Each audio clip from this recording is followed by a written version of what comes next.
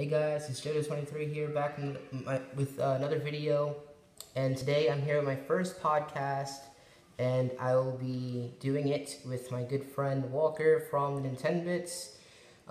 He and Jeffrey make a lot of cool videos on their channel, and I will leave a link in the description to their channel so you can check them out if you haven't already, and definitely subscribe and check out their videos because they're really awesome.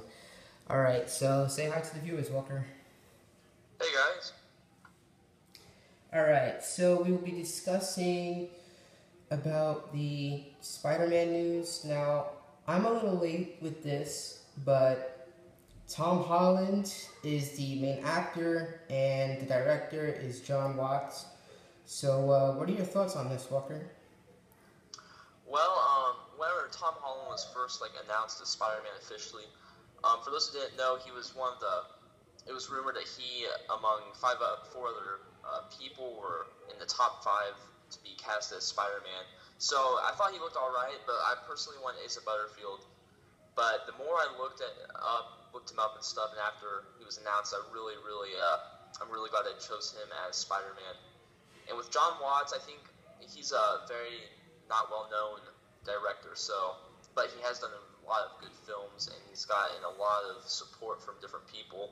So yeah, I definitely think he'll do a good job. Yeah, so do I. I definitely agree with that. And it's very interesting because I'm pretty sure with you as well.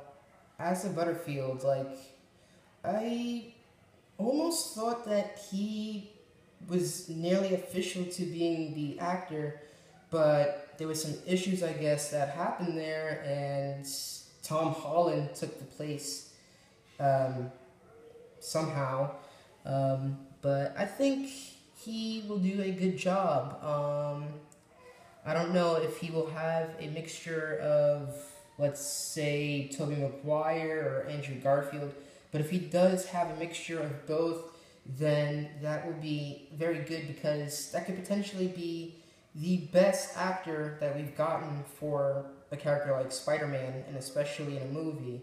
And hopefully Jon Watts can, do a great job directing the film as well.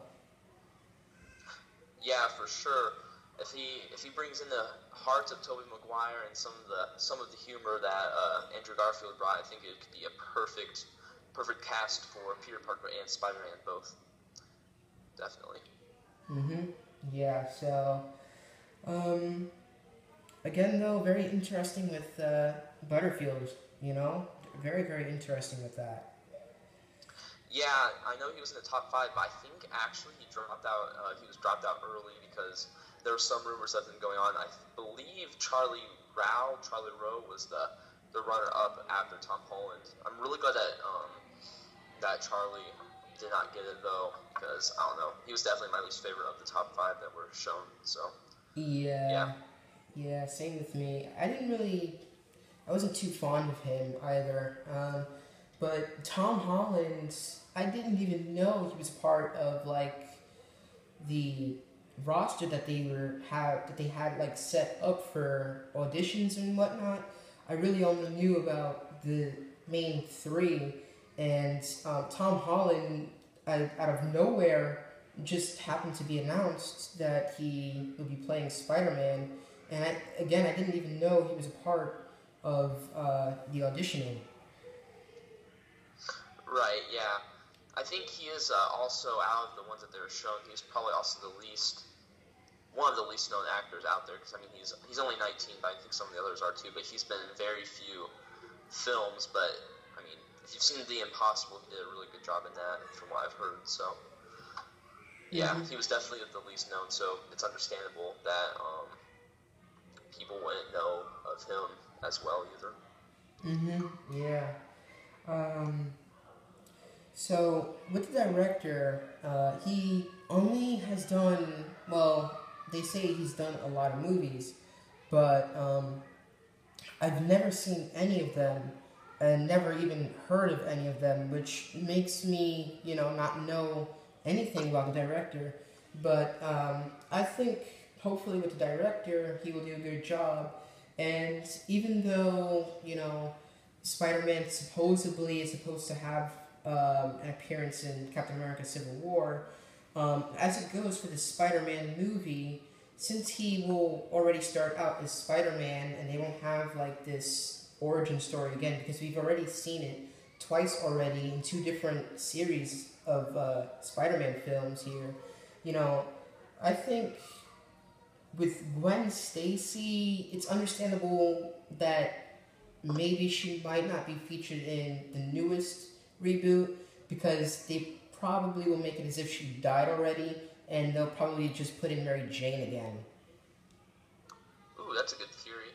I actually, like you said, Kevin Feige said that he was already established in the universe, but he did not go to say how long he's been Spider-Man. And kind of the way I took it, since he's only going to be 15 in the first Spider-Man film, or when he's first shown on in the cinema, I don't know. I could see both Emma Watson, or not Emma. Oh man. Okay, I could see. Wow. Okay, so sorry. I could see both Mary Jane and Gwen Stacy being established in that universe, because in the comics they were both really good friends in the comics. So I could totally see them both being in the universe in the high school with Peter Parker. And then in the first movie, they don't even touch on any romantic things. So maybe at the second, or maybe at the end of the first film, they kind of hint at certain things or something. But I mean, Gwen Stacy could very well have already been dead and stuff. That's a very good thing to go about, because I didn't think about anything like that. It's because of his age and stuff. But that could work. Just depends how long he's been Spider-Man and stuff, I guess. Yeah, and we've already, because here's the thing, like, we've had 3 Spider-Man movies with Raimi in the Spider-Man trilogy, the first Spider-Man trilogy. Then with Mark Webb, we had the 2 movies, again telling the story. But both of the movies in their own little series there, they've featured different villains, but some of them, like, a little bit, I don't know, they have their similarities when it comes to, like, certain villains, so I don't really think Green Goblin will be featured again. Yeah, I definitely don't think Green Goblin will be featured, at least in the first one. I could see them setting up Norman Osborn. I really hope Norman Osborn is established early on, though. That way we could have a really good character build up to him being maybe like in the third film or something. Because, I mean, we have to have a Green Goblin at some point. And since Marvel's allowed to use Spider-Man villains in other films, maybe he'll be established. Maybe he'll even be in Captain America Civil War. He'll be hinted in Captain America Civil War. And from there on, he'll keep getting established. And maybe, like, as after Avengers Infinity War Part 1 and 2, he will finally become the Green Goblin for what reason or other. Just depends. But I think they should definitely go with villains that we haven't seen yet, like such as Mysterio. I know he's been rumored to be one of the Spider-Man villains to be used. Or even Vulture. I'd like to really see a Vulture villain sometime too. Yeah, definitely. And even though they were sort of hinted at the end of the second Amazing Spider-Man movie, because, supposedly Sony was supposed to be making this Sinister Six film, which I don't know if it's still going to happen. They say it will, but it really depends on how, I guess, this first movie goes, where maybe they could sort of bring the Sinister Six movie and add it to that series at some point, I guess. But with a certain villain to start off the Spider-Man movie, I would actually kind of recommend going with Scorpion. Scorpion has never actually appeared in anything yet. He hasn't even been mentioned. So going with a character like Scorpion, or possibly even Venom, because even though Venom was in Spider-Man 3, that movie was a little bit rushed, so I think this time they have a chance to sort of do things right, and possibly, if not Venom, maybe they could put in Carnage or Toxin. There's a possibility with that. That'd be kind of cool, yeah. It'd be, I wonder if they were to do Venom. I'm guessing they would do the classic Venom, but it would be kind of neat to see him, how he, kind of like, I don't remember the story arc, but like he merges with Flash Thompson, he becomes like his own like military-based Venom. That'd be kind of cool to take that route too at some point. Yeah. I think that'd be kind of cool. Yeah, definitely. But yeah, that'd be definitely really good to see Venom on screen again, as long as it's done correctly. Yeah, I'm just hoping that Marvel really nails it, because I had there was nothing really wrong with the first trilogy that Marvel made. Yes, some things could have been better, and especially with the last movie. And unfortunately, the fourth movie got canceled due to issues there, along with Tobey Maguire and whatnot. But I think this time Marvel has a chance to really do things right and possibly bring us the best movie yet. And even if it does have its issues, there's always that, part two where you could correct everything along with the storyline that happens in those future movies as well. Yeah, definitely. And like you said, the fourth Spider-Man was canceled. And that was going to be Electro, and they moved on to. Oh wait, no, he's going to be Lizard, and that was going to be in the Amazing Spider-Man. So I definitely think that this movie is key for Marvel, especially just because it's officially in the Marvel Cinematic Universe, and it'll set up not only the Spider-Man story arcs, but it'll also set up the rest of the Marvel films, and they have to do it correctly. Otherwise, there could be problems in the future with the what's canon, what's not, and just other problems with the whole cinematic universe potentially crumbling if they don't correctly get this film right. Definitely.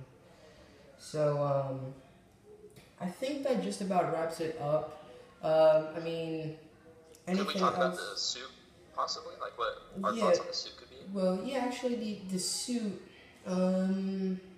first appearance costume, I think that would be somewhat okay. But the costume that I would really like to see is kind of like, I guess, Secret Wars costume. Not the black suit, not the symbiote, but the normal red and blue, the near modern design that was happening in the 90s version of the costume. I think that would be a really cool costume to go with. And as we've seen with the costumes in both movies, in all 5 movies actually, he had gray webbing instead of black webbing. So I would actually kind of like to see black webbing instead of that gray shiny one, like that silver webbing that they use on the other costumes. That'd actually be pretty cool. Kind of like in the first Amazing Spider-Man, that was much darker. That was black, wasn't it, or was it not? I can't remember. No, it was like a navy blue. Navy, yeah. Yeah. So that's the closest we've had, really. So yeah, black would be really cool. And I think definitely for the first appearance, they need a classic look on Spider-Man. Kevin Feige said that he's already had a classic self-tailored Spider-Man suit designed and made and everything. So if he said it's classic, but it's going to be different than the other ones, I definitely think that they're going to be going with the spider web pits and the giant spider in the back. Those are the 2 things I've always wanted to see in the Spider-Man films, is to have that giant spider on the back, as well as the spider web pits. I think that'd just be really cool to see for a first appearance. I mean, it would be also cool to see an Iron Spider outfit, obviously, just with since he will supposedly be making an appearance in Captain America: Civil War.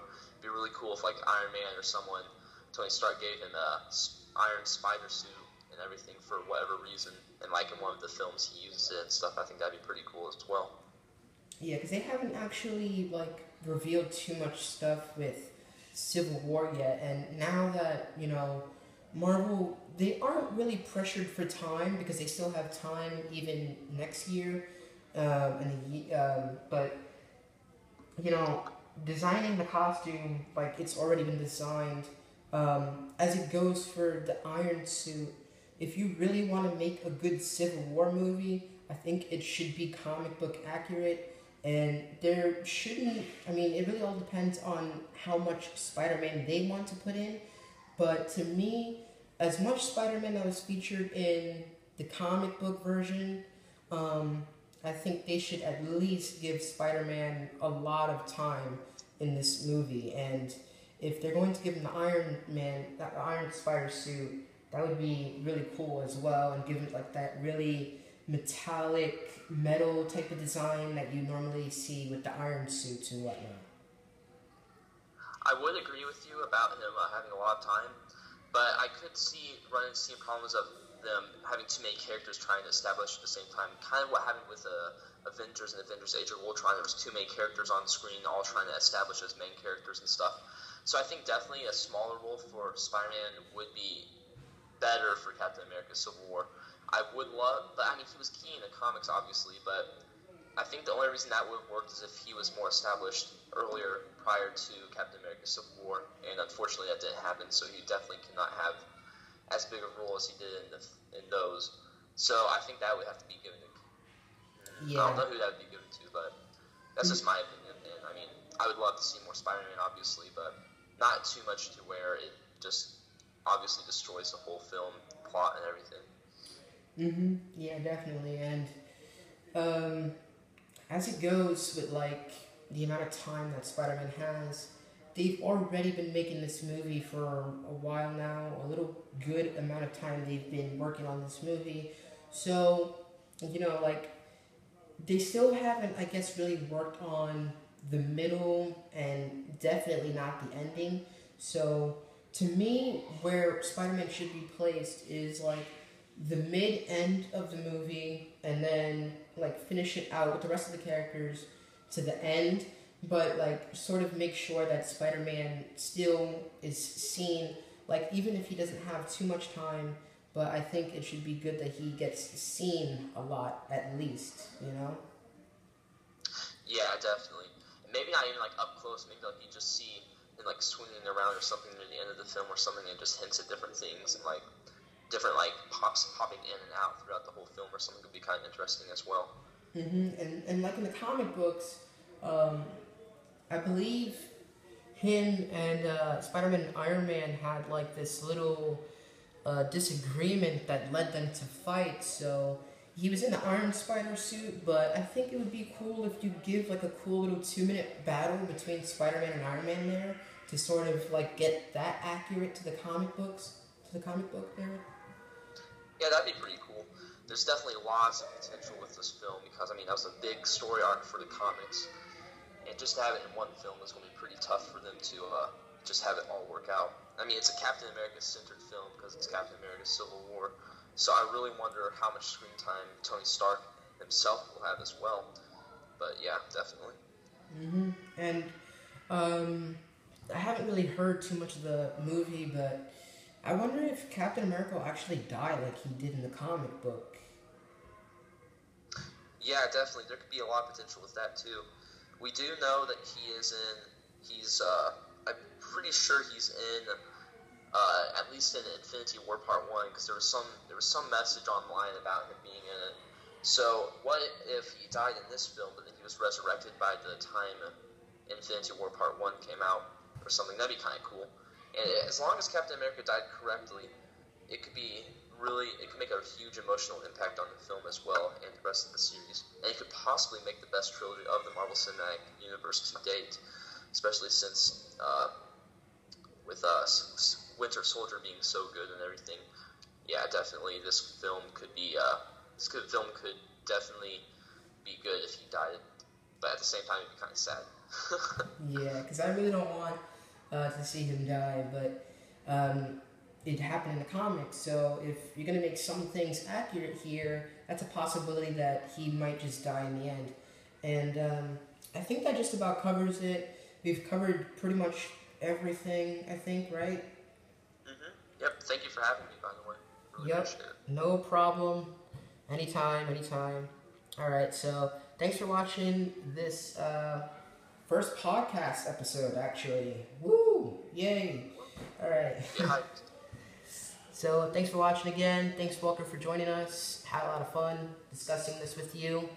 Definitely check out the NintenBits channel. I'll leave a link again in the description so you can check it out if you haven't already. And yeah, that just about wraps it up. So, yep. See you guys later. see ya.